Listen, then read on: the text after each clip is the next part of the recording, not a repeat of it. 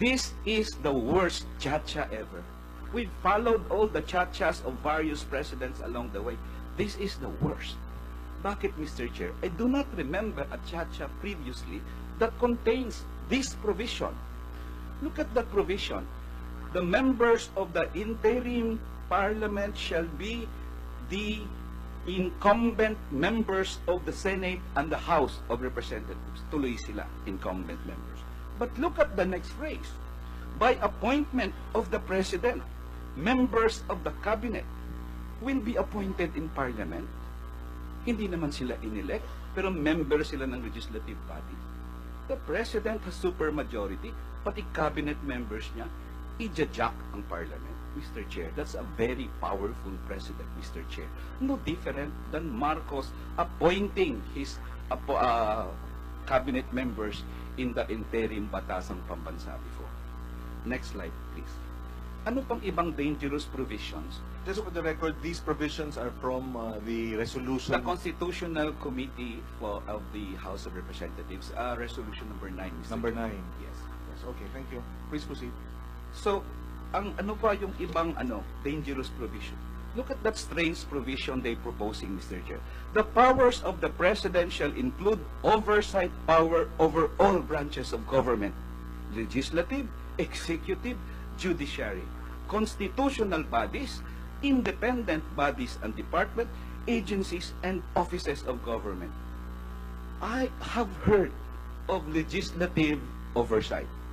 Even a presidential system like the US and even the Philippines, congressional oversight ang ina-exercise.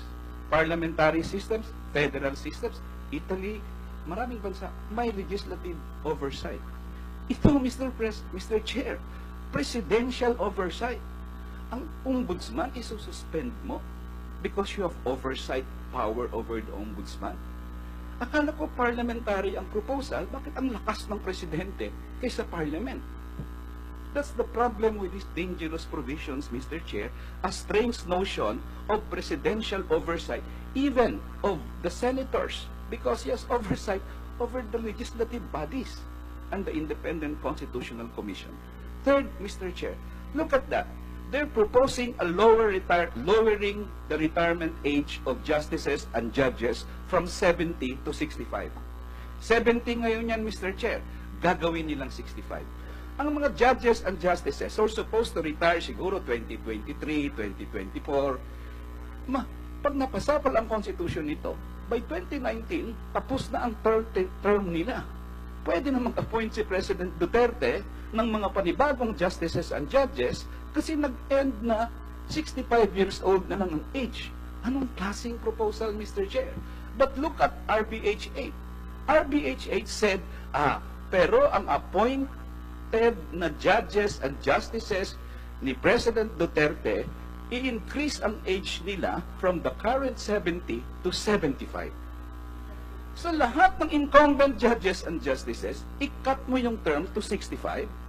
Pero yung appointees mo, gawin mong 75.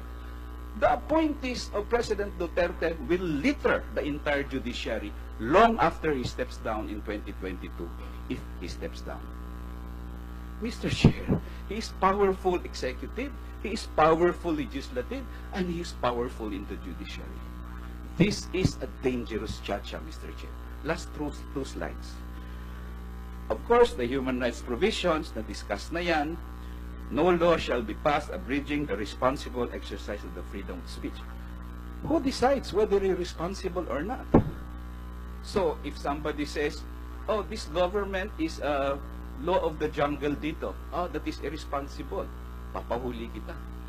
If somebody says, well, I think the human rights record of the Duterte administration is really bad, was that irresponsible? That's very dangerous, Mr. Chair. But more than that, look at the definition of concurrent resolution number 9 or the Committee on Constitutional Amendment. Sabi nila, kaya ginawa yon kasi the right to free speech or any right enshrined in the Bill of Rights. Ibig sabihin, hindi lang pala to right freedom of expression. Lahat ng rights sa Bill of Rights, ika-qualify nila with an obligation to be responsible. Ang problem, Mr. Chair, sino ang magdidesisyon kung responsible ka o hindi? So, Mr. Chair, those are the attacks on human rights. Next slide, please. Ito na ngayon si otherwise provided by law. What is this provision, Mr. Chair? Simple lang, Mr. Chair, ang sinasabi. Look at that provision. Anong nakalagay sa ating Constitution? Ngayon, sabi ng 1987 Constitution, the participation of foreign investors in the governing body of any public utility, like Meralco, shall be limited to their proportionate share in its capital. Is that a good provision? Of course, yes, Mr. Chair. Kung foreign investor ka, 30% lang ng capital ang shares mo, ay 30% lang ng governing board ang ma-appoint mo. Pero gusto nilang baguhin yan.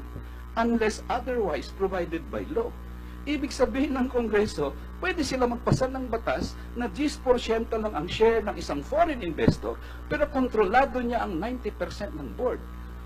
Why change that provision? What's wrong with that provision? That's the problem, Mr. Chair. At public utility, ibenta mo sa foreigners ang public utility mo. Mr. Chair, I'm not even talking of service to the Filipino. Mga foreigners ito. Definitely, they're beholden to their stockholders rather than the Filipino people. But don't they even consider a sovereignty issue here or a security issue?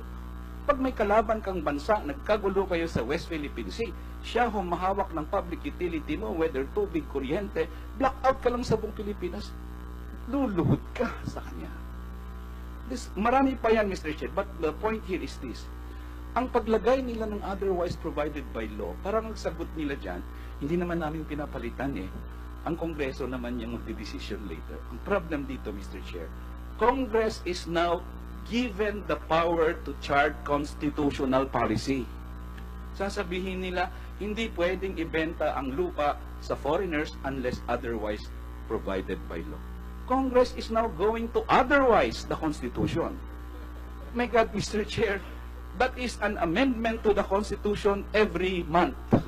If this happens, Mr. Chair, and Congress will be very powerful, and all the lobby will center now in Congress. Unlike now, pag maglabi ka doon, sabihin lang ng Congress, wala kami magawa Kasi nasa Constitution yan This time, the power shifted to Congress by merely inserting the phrase, unless otherwise provided by law.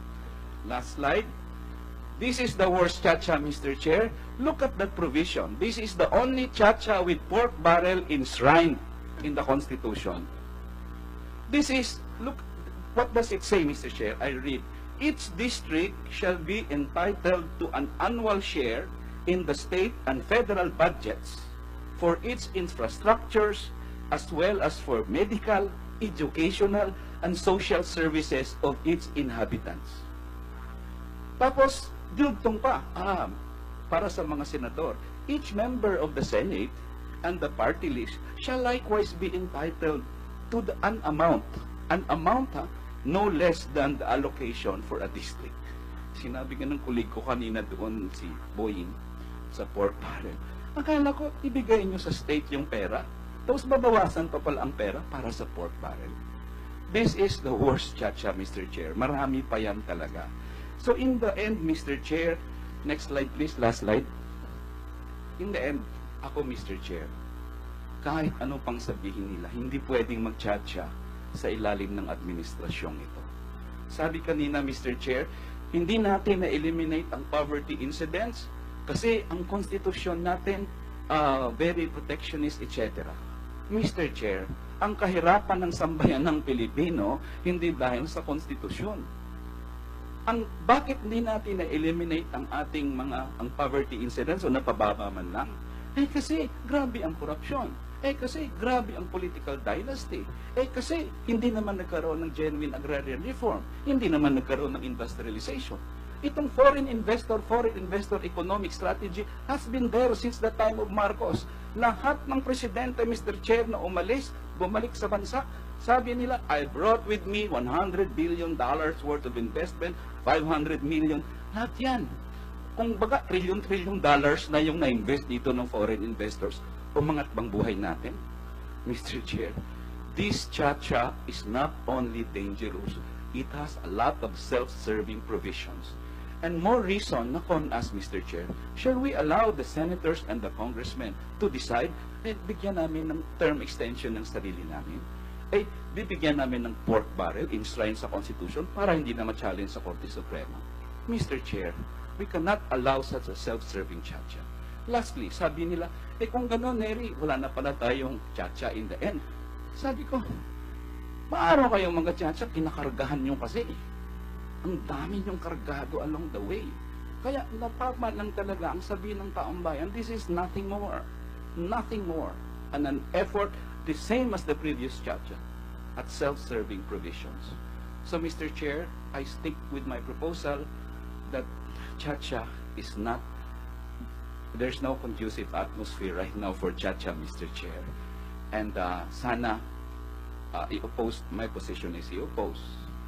Hindi naman tayo magpariwara, Mr. Chair, pag hindi tayo mag-chacha in this administration. Pero, Mr. Chair, agaman sa bato, pag mag-chacha tayo sa administrasyong ito, diyan tayo mapariwara, Mr. Chair. Hindi problema ang konstitusyon. Kaya ang pag-solve sa kanya ay hindi solusyon.